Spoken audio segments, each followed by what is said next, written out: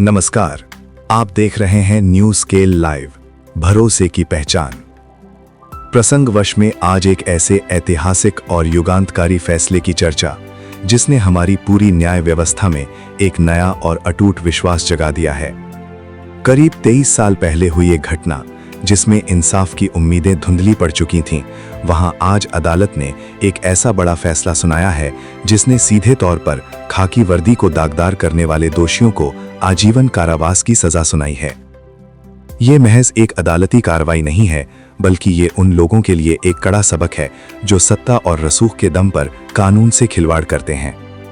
आपको याद दिला दें, ये वही चर्चित मामला है जिसमें पहले एक पूर्व मुख्यमंत्री के पुत्र को बरी कर दिया गया था।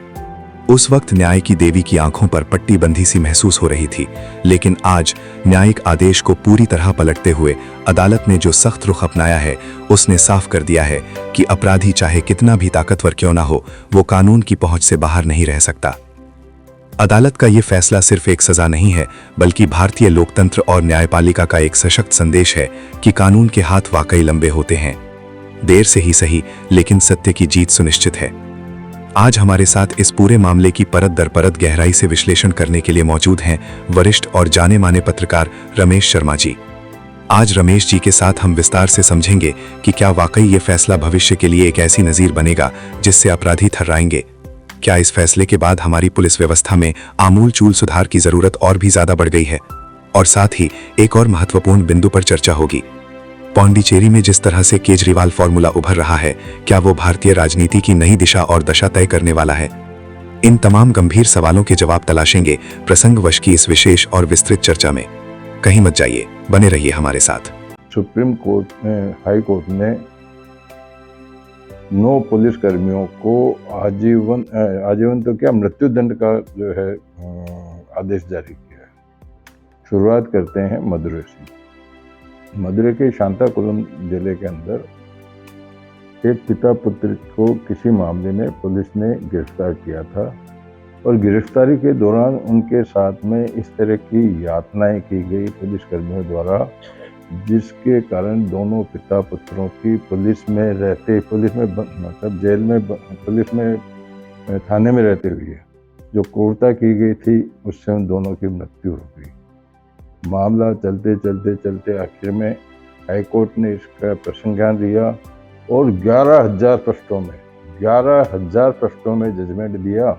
उस जजमेंट में स्पष्ट रूप से पाया गया कि कौन कौन कर्मी इस मामले के अंदर दोषी था, किसने किसको उकसाया और किसकी वजह से इन दोनों पिता पुत्रों की मौत हुई।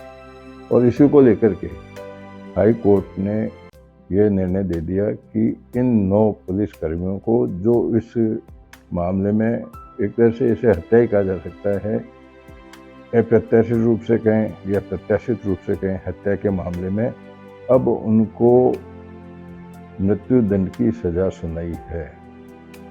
मृत्यु दंड की सजा सुनाने के बाद में इतना जरूर है कि जब कई बार हमको सुनने को मिलता है कि पुलिस में गिरफ्तार या पुलिस में पूछताछ के लिए लाए गए किसी अपराधी या जांच के दौरान किसी के साथ में किस तरह की बदसलूकी की गई, अब पुलिस कर्मियों को भी थोड़ा सा सावधान होना पड़ेगा।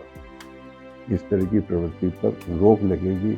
हो सकता है कि इस तरह की घटनाएं अब सुनने को नहीं मिले। इसी तरह की बात करें तो बड़े बड़े नेताओं के लिए भी चुनौती है।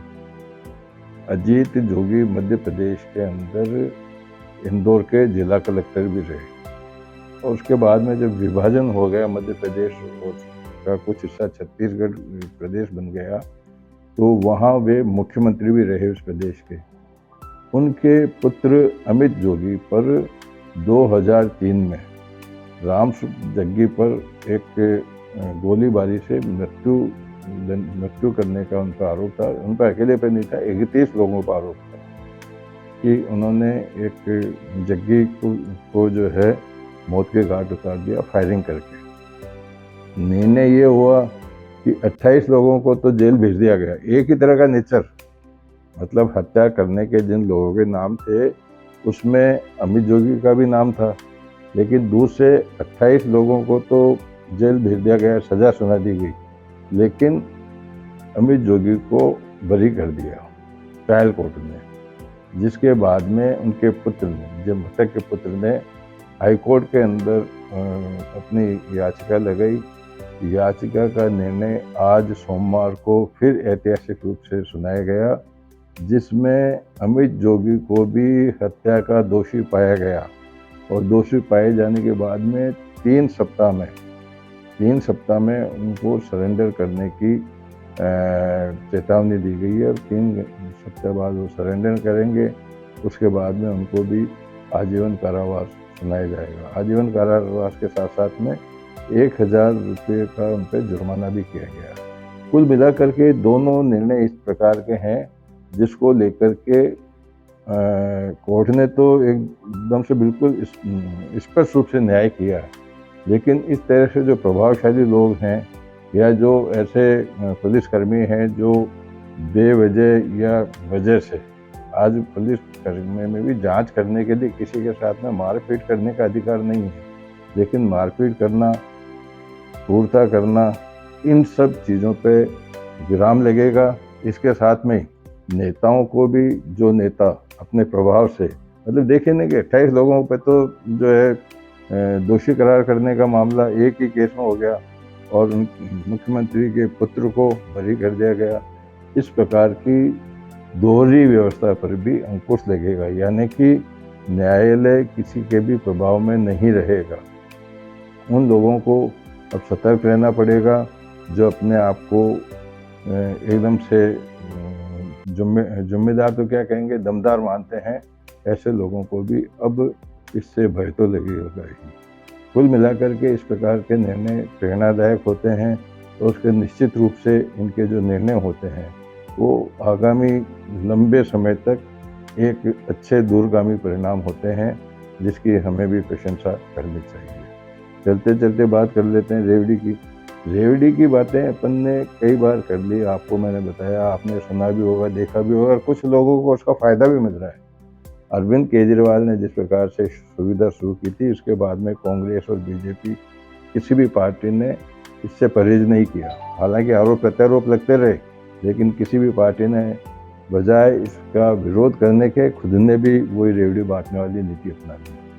और इसको लेकर के सुप्रीम कोर्ट ने भी टिप्पणी की थी कि यह एक तरह से सीधा मतदाताओं को प्रभावित करने वाला कार्य हो सकता है, लेकिन इसका कुछ असर दिख नहीं रहा है। पांडिचेरी में भी जब चुनाव होने वाले हैं तो कांग्रेस ने वहाँ घोषणा कर दी है अपने चुनाव घोषणा पत्र के अंदर कि जो बेरोजगार लोग हैं उनको 2000 रुपये महीने पारिश्रमिक दिया जाएगा, उनको खर्चा दिया जाएगा 2000 रुपये। और सरकारी नौकरी में जहाँ तक हो सकता है कि 30 साल तक की एक आयु होती है सरकारी नौकरी में भर्ती करने की, उसको भी बढ़ा करके 40 साल कर दिया है।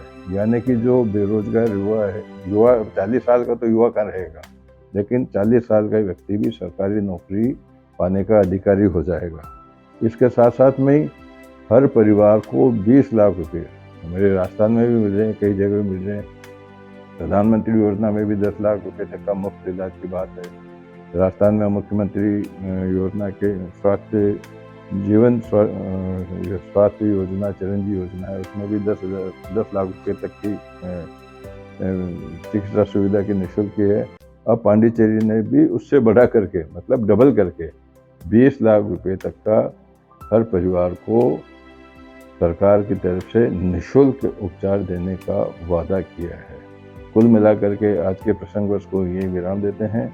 कल फिर किसी प्रसंग के साथ मैं आपके सामने उपस्थित होऊंगा। तब तक के लिए नमस्कार।